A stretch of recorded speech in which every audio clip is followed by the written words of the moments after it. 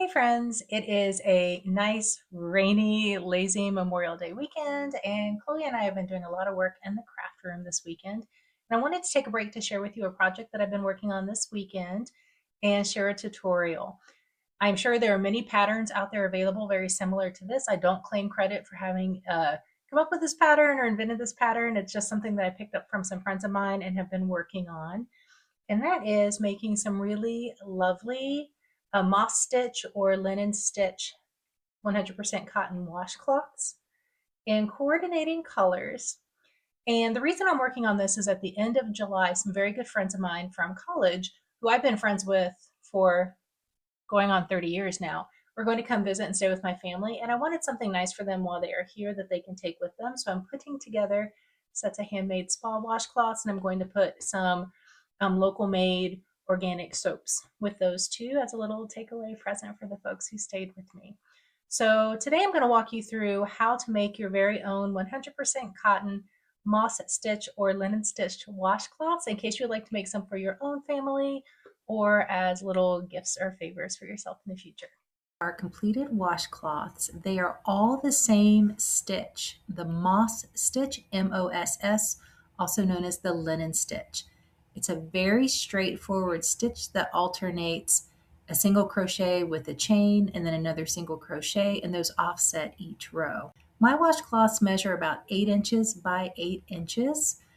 You can increase or decrease the size as you would choose. Size H crochet hook and a worsted weight 100% cotton yarn. In this particular case, I was using Loops and Threads by Michaels, or also some old Peaches and Cream yarn that I had in my stash. Just tie a slip knot at the end of your yarn and then chain the desired number for the width of your washcloth. For my tension, this hook and this yarn weight, I ended up chaining 32. You could also do 34 if you had a little bit of a smaller worsted weight. And ultimately, that's going to give me the 8 inch by 8 inch that I want. So chain 32 and then do a single crochet in the second chain from the hook. After you do your single crochet, you'll chain one, skip the next chain, and then do another single crochet. You'll continue across your starting chain in that manner, going single crochet, chain one, skip a chain, and then do another single crochet. When you reach the end of your row, if you have two single crochet or two chains left, do a single crochet in each chain. You'll chain one and then turn to begin the next row. When you turn your work, do a single crochet in the base of the same stitch where you did your turning chain, and then chain one to skip the next single crochet, and then do a single crochet in that chain one space from the row below. So as you work your way across, you will be doing a single crochet in each chain one space. And then after each single crochet, you will chain one. You'll work your way all the way across the row in this manner until you reach the end of the row. When you reach the end of the row, you will chain one and turn. And again, to start the next row, once you turn, you will do a single crochet into the base of that turning chain and then continue the pattern across the row.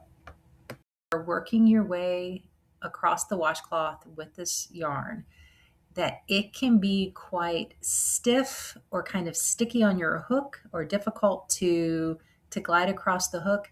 That's one of the features of working with cotton yarn that can make it challenging sometimes. However, the cotton is worth it because when it's used as a washcloth, it will dry completely and it's less likely to get sour or to dry poorly than other types of yarn. Progress as I go by folding the washcloth up into kind of triangular halves, and when it all matches up, I know I've got a square washcloth. Now, once I'm ready to put on the finishing edge, I will chain one and turn and then do a single crochet across the top of the row that I just finished. For the border, I do a single crochet in each stitch and a single crochet in each chain one space to give a nice finished edge along the top. When I reach the corner, I will do 3 single crochet stitches into the last stitch worked at the corner, and then turn the washcloth 90 degrees and continue down the side of the washcloth. Now, the vertical sides of the washcloth had those unfinished edges where we were doing the chain one and turn for each row. For this, you want to watch closely that we're not getting too many stitches along the side of the road. Too many stitches along the side will make it look wobbly. You might want to eyeball this. You may not find yourself putting a stitch in each row along the edge. You might find yourself skipping a stitch here and there so it's not too crowded or lopsided. When I reach the end corner, I will do another 3 crochets in that corner and then turn 90 degrees and continue along the edge. The starting single crochet, I can either finish there or chain one and do another row to make sure it hits my 8x8 that I was targeting. If you'd like to see more crochet from me and Chloe, please like, comment, subscribe, and we'll see you again soon.